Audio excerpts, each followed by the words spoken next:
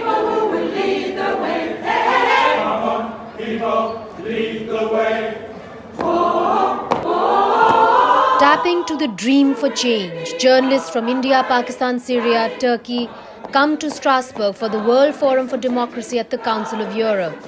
One of them is Syrian journalist Yasmin Meret, now living in exile. She tells us back home very few journalists are left to tell the story and only citizen journalists remain who feel compelled to report. They do so with a camera in one hand and a weapon in another to protect themselves.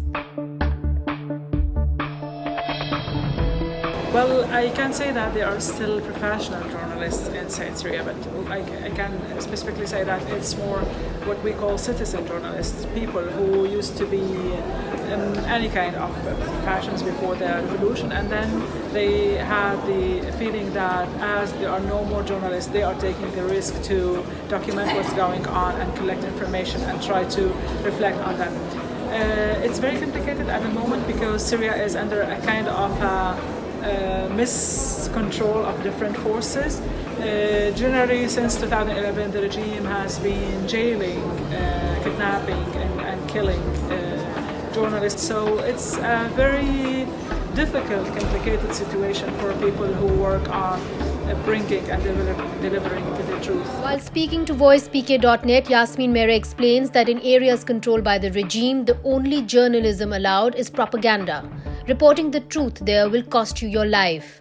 Unlike Syria, in Modi's India, journalists do not face the chaos of a war zone, but there are new restrictions imposed on them which obstruct them from telling their story. While there are subtle restrictions, a lot of journalists, a lot of newspapers, managements especially, have taken it upon themselves not to really report news and be on the safe side and support the government, or at least not oppose it. As far as TV channels are concerned, most of them I have no time for because they just become spokesperson for the government. We at The Wire do a lot of independent reporting, and there are no direct restrictions in terms of the laws, but there are pressures in the sense that we, for example, have to raise donations, and we are finding it very difficult. So our existence itself becomes an issue. Survival. The founder of Wire, Sidharth Bhatia, tells us some journalists have lost their jobs because they have written against the Modi government. And what of reporting from Kashmir, where there is complete clampdown and internet blockage? Very, very difficult to report from Kashmir, mainly because of the physical constraints, the infrastructural constraints.